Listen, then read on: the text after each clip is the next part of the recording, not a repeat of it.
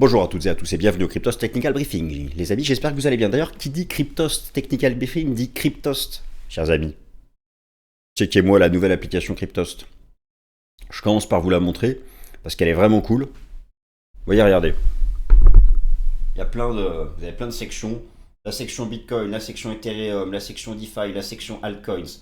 Super section, la section NFT, minage, etc. Un condensé de tout ce que l'équipe propose. Franchement, téléchargez-la. Elle vient d'être mise à jour. Elle est super bien faite. Voilà l'application Cryptost comme le site, hein, vous la voyez bien ici là, Cryptost. Et franchement, vous ne serez pas déçus. Dès qu'il y a une alt, par exemple, petit pump, vous voulez savoir pourquoi? Boum, la section altcoins. Et ça déchire. Alors que Bitcoin, oh mon Bitcoin, se maintient au-dessus des 100K. C'est un petit miracle en soi, hein, parce que les défis fondamentaux ne manquent pas. On va pas trop en parler ce matin.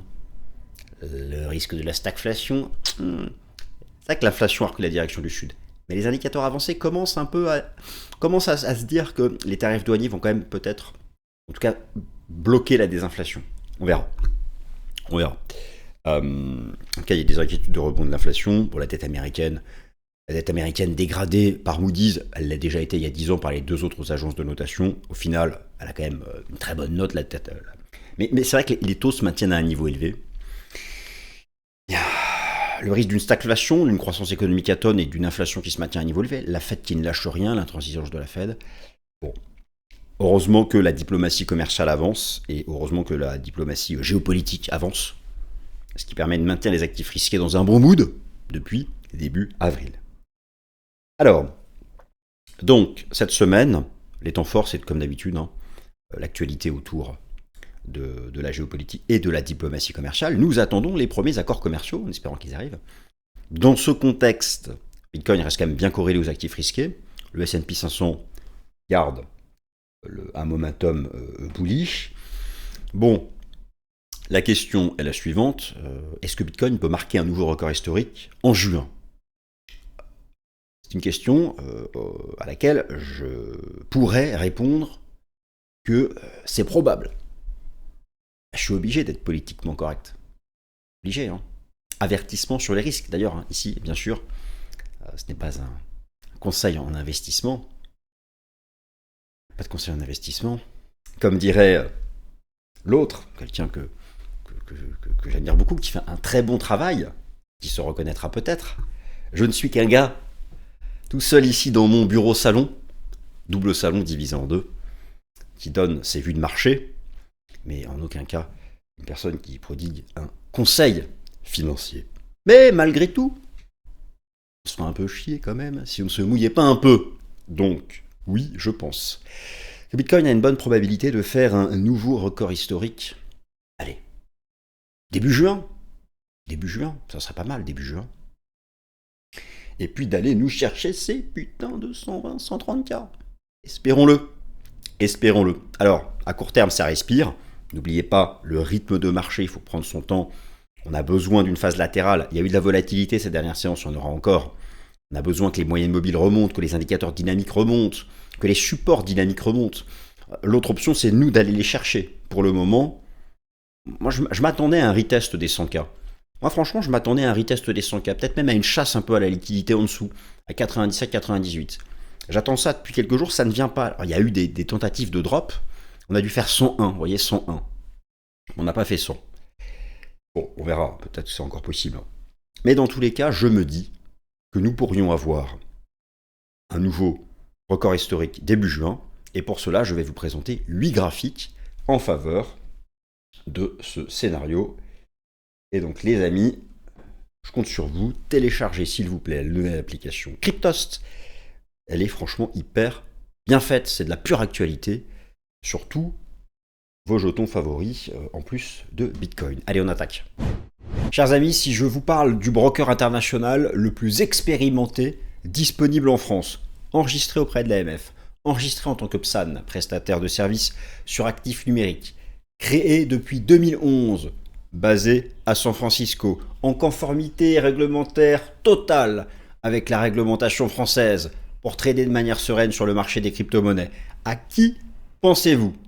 Bon, l'indice était sous vos yeux. Effectivement, Kraken. Bon, Kraken, 15 millions de clients à travers le monde, 420 actifs numériques qui sont disponibles. Des preuves de réserve financière, tout est public, hein, qui sont très profondes.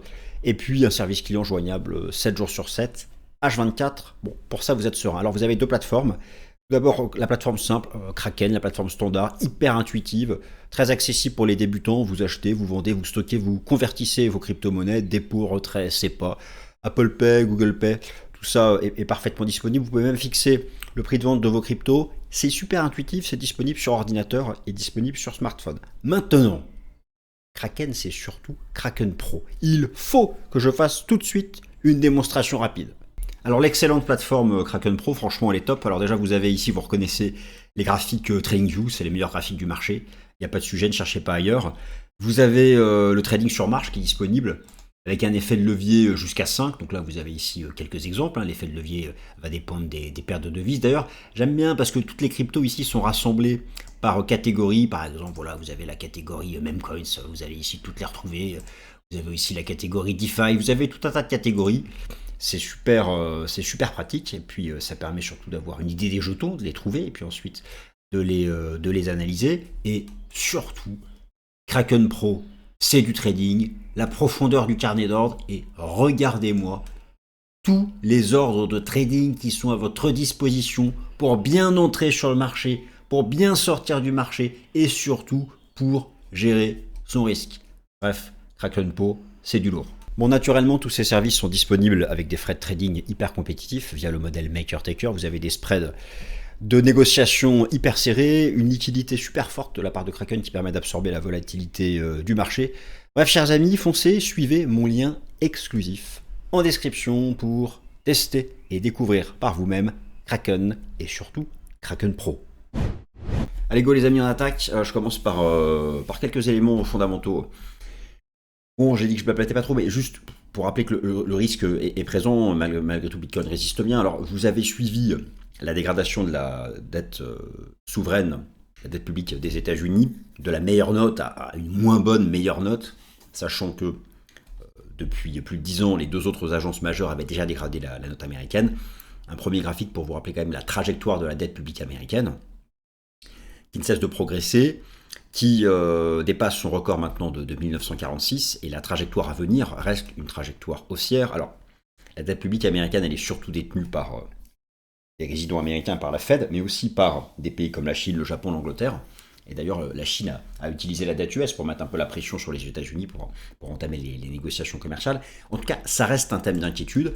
La bonne nouvelle, c'est que les taux ne se sont pas enflammés. Les taux longs ne se sont pas enflammés. Donc, là-dessus, on peut respirer. Alors ensuite, il y a bien sûr, on n'en sort pas de ce risque de rebond de l'inflation. Comme j'ai pu l'illustrer à plusieurs reprises, l'inflation a repris la direction du sud. Ok, très bien, que ce soit sur le PCE ou le CPI. La chose, en fait, c'est ce que s'accordent à dire les économistes, c'est que les effets des tarifs douaniers devraient commencer à arriver dans les chiffres de mai. C'est-à-dire l'inflation de juin. Lorsque vous regardez les anticipations d'inflation des consommateurs, on ferait pire que la crise Covid. Rassurez-vous, ça n'arrivera pas. Le consommateur, lui, c'est parce qu'il est inondé d'actualités toxiques et il dit n'importe quoi lorsqu'il répond au sondage. Même les directeurs d'achat d'entreprise ne disent pas qu'on va dépasser la vague inflationniste de la crise Covid. Ça n'arrivera pas. Ça n'arrivera pas. Mais il y a une angoisse.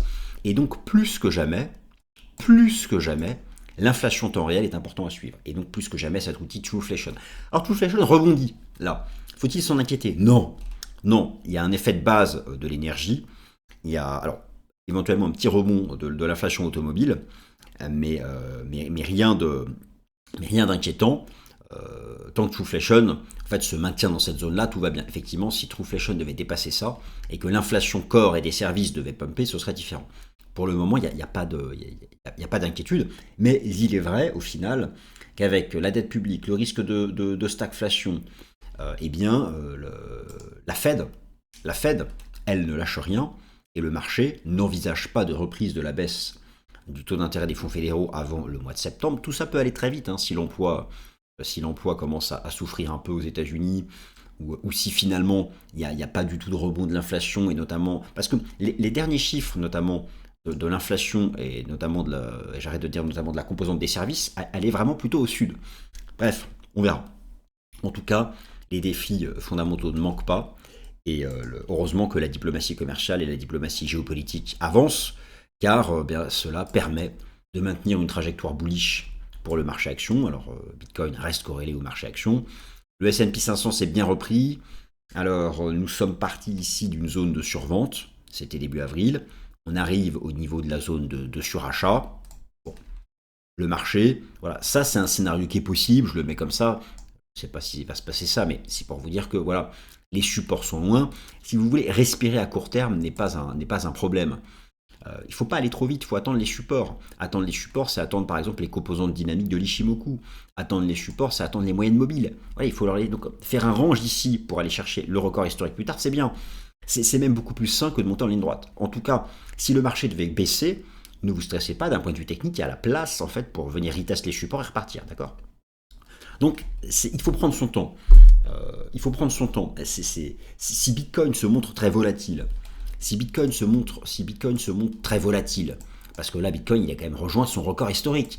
Comment dire, une respiration technique à court terme, moi, je pense que c'est très sain. D'ailleurs, je commence par ça. J'ai dit que j'allais vous présenter 8 graphiques pour un nouveau record historique en juin. J'y viens, mais je commence par le court terme. L'émission ayant lieu chaque semaine, chaque mardi. Bon, les supports, juste regardez-moi le graphique à droite. Un graphique qui expose les bougies japonaises en données journalières. Lorsque je dis que les supports sont loin, je parle des supports dynamiques, ceux qui chaque jour sont recalculés, en particulier les moyennes mobiles. Elles sont méga loin. Et ici, j'ai même mis des EMA. EMA, c'est pour exponential, c'est moyenne mobile exponentielle. Elles pondèrent beaucoup plus les données récentes. Ce sont elles qui collent le plus au cours, à la vitesse court terme des cours. Elles sont loin aussi. On a besoin de les attendre. On a besoin de réduire l'écart. D'ailleurs, ça diverge un peu à court terme. Vous voyez, ça diverge un peu comme ici. Vous voyez ici? À l'époque, en novembre dernier. Et quand ça commence à diverger, il y a de la vol. Mais ça pousse encore, mais il y a de la vol. Donc, d'ailleurs, regardez les séances depuis quelques semaines. La séance de lundi, par exemple, on était à -3 le matin, on finit à l'équilibre. Le dimanche, c'était n'importe quoi. Il y a de la vol. Il y a de la volatilité parce que les supports sont là. Donc, si ça doit faire un peu du caca nerveux dans cette zone, c'est pas très grave. C'est pas très grave. Toute cette zone, c'est une grosse zone support entre 95 et 100.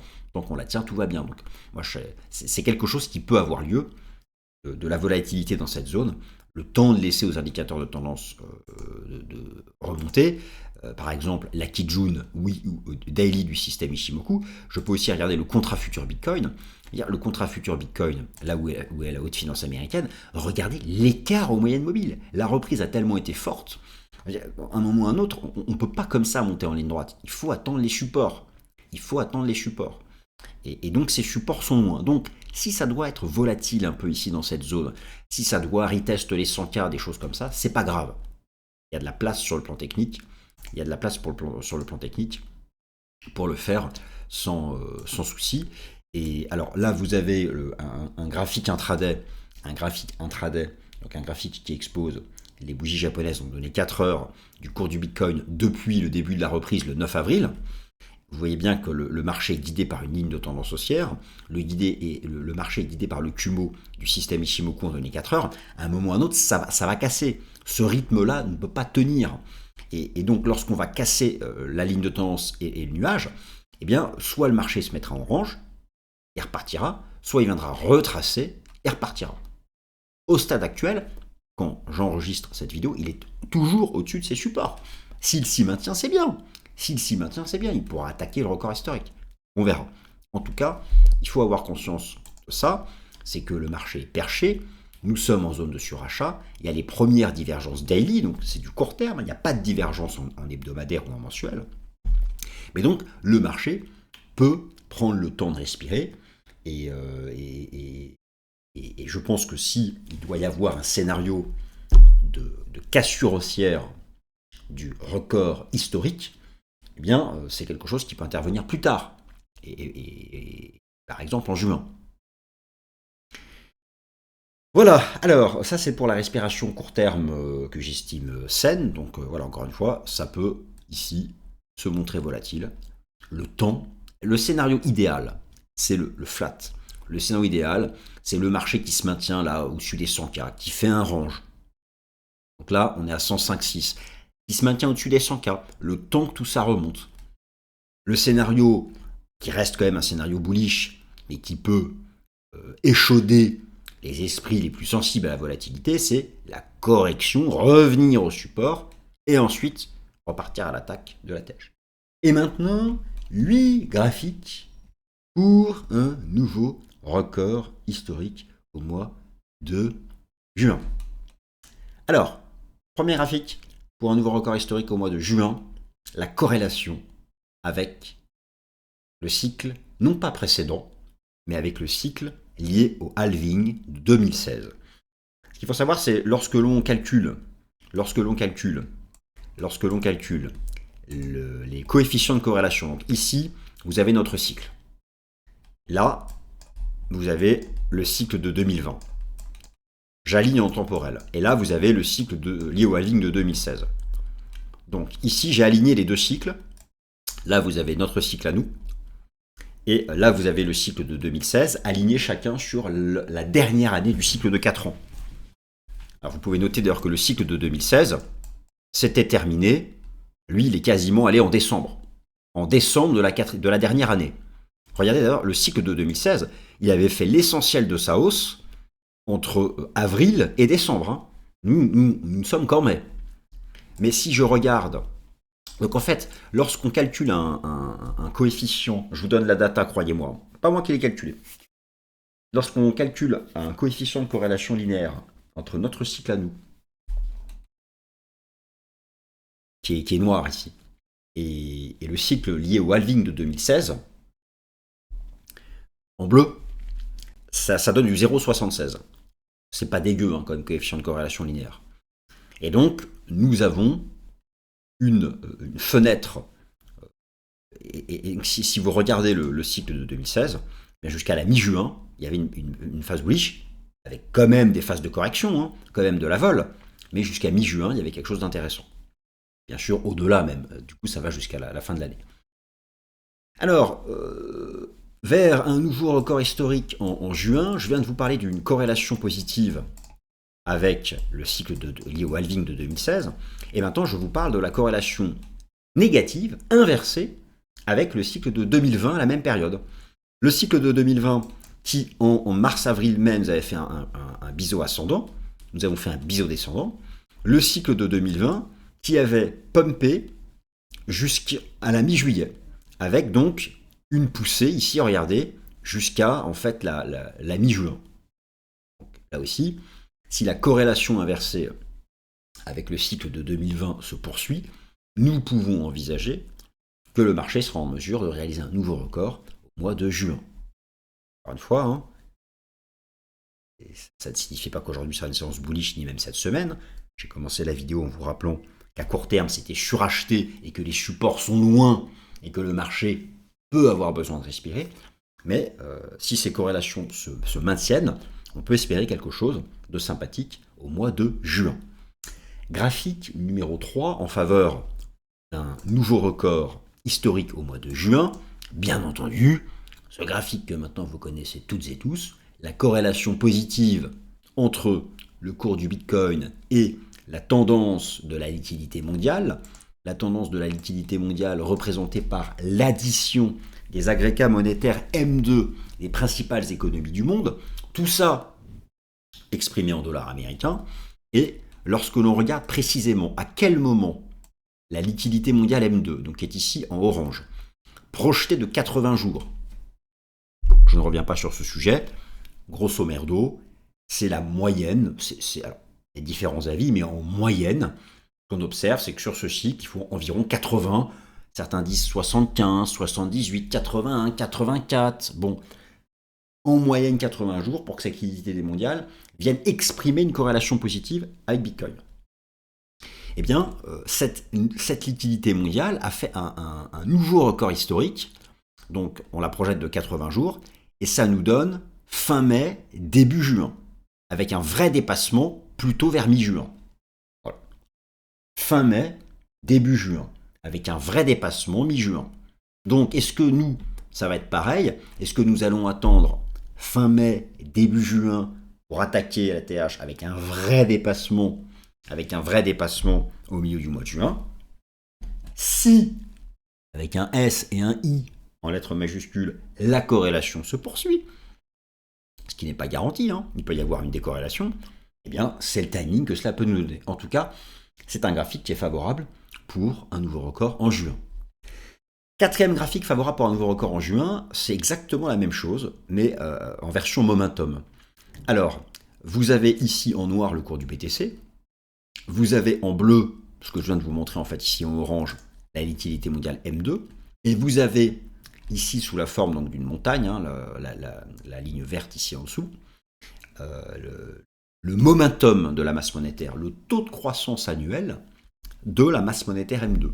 Et ce qu'on observe, c'est qu'à chaque fois qu'il y a eu un pump de la masse monétaire M2, à la fois en prix, mais aussi un pump en vitesse, donc c'est la dérivée première en fait de la masse monétaire M2, c'est-à-dire sa vitesse, son taux de variation annuel, il y a à la fois sa valeur absolue et sa vitesse. À chaque fois qu'il y a eu un pump de la vitesse, Bitcoin a fini par faire un nouveau record historique. Bien, enfin, un nouveau record, dépasser son ancien sommet. Entre autres, là, c'est le dernier sommet. Donc, ça va dans le sens de quelque chose qui pourrait être sympathique au mois de juin. Cinquième graphique en faveur d'un nouveau record en juin, la dominance de l'USDT. Donc, j'ai pris l'USDT, j'aurais pu faire une moyenne de tous les stablecoins, ça suffira. Il y a une corrélation inversée entre ce que représente en pourcentage dans le marché crypto la market cap de l'USDT avec le cours du BTC. Et lorsqu'en fait, bon, ça peut paraître logique, hein, lorsque la market cap de l'USDT diminue, c'est qu'en fait, les stablecoins sont investis en jetons, en vrai crypto, en altcoins ou en BTC. Et d'un point de vue technique, eh bien, en données hebdomadaires, on a eu donc des signaux baissiers récemment sur la dominance de l'USDT, et l'on peut se dire que ce niveau de support ici peut être rejoint d'ici le milieu du mois de juin. Donc ça peut aller dans le sens d'un Bitcoin qui ferait un nouveau record d'ici le milieu du mois de juin. Sixième graphique favorable à un nouveau record au mois de juin, le rapport entre les alts et Bitcoin. Les alts étant représentés ici par Others, c'est toutes les alts au-delà du top 10 sur Bitcoin. Le principe d'un ratio numérateur sur dénominateur. Si la courbe est bullish, le numérateur surperforme. Et là, j'ai une pattern de compression et une divergence qui me rappelle beaucoup cette pattern de compression 2020-2021. Si on sort par le haut de cette daube, eh bien, ça veut dire que les alts vont faire mieux que le BTC. Et ça, c'est de l'attrait pour le risque. Et si les alts font mieux que le BTC, c'est que le BTC fait un nouveau record.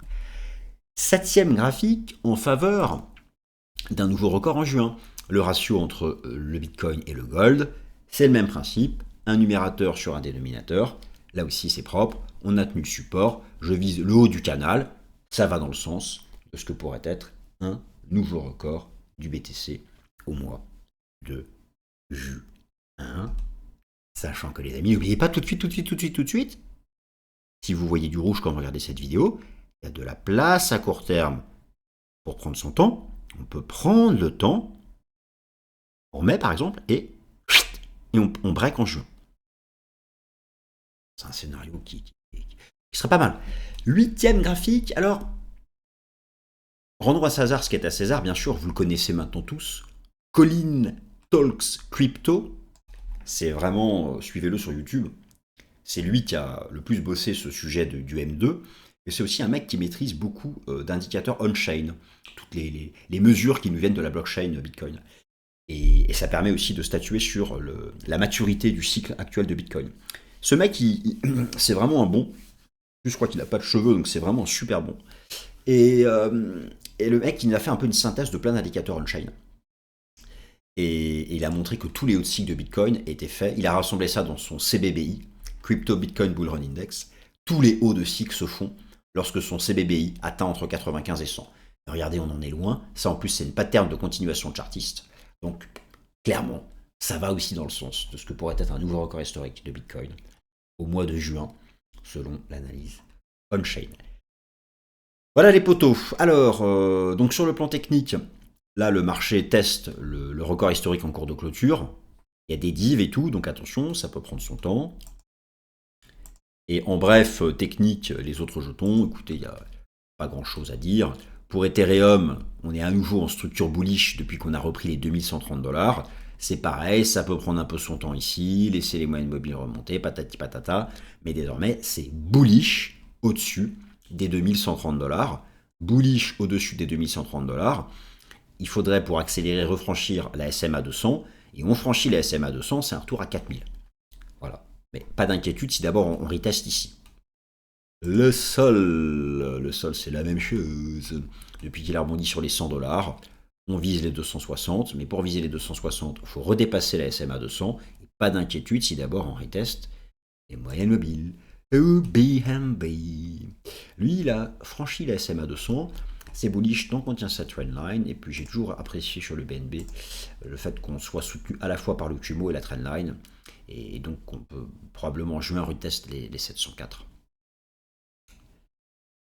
Les 704, ouais. Et donc, Borg. Ou Borg. Borg, John Borg. Saint-Jean-Thély, je crois. C'est un range. C'est un range. Un range. J'aime pas les ranges. Si. C'est un range entre 0,10 et 0,44. Bon, bah, comme on a tenu le bas du range, peut-être aller chercher le haut du range. That's all, my friends. So, je vous laisse avec ce graphique du BTC. N'oubliez pas, hein, ça peut respirer un peu. Plus on fait un range, plus on prend le temps, plus tout ce bordel remonte, et plus tout ça pourra servir de prise d'appui pour, espérons-le, attaquer la TH. Merci à toutes et à tous.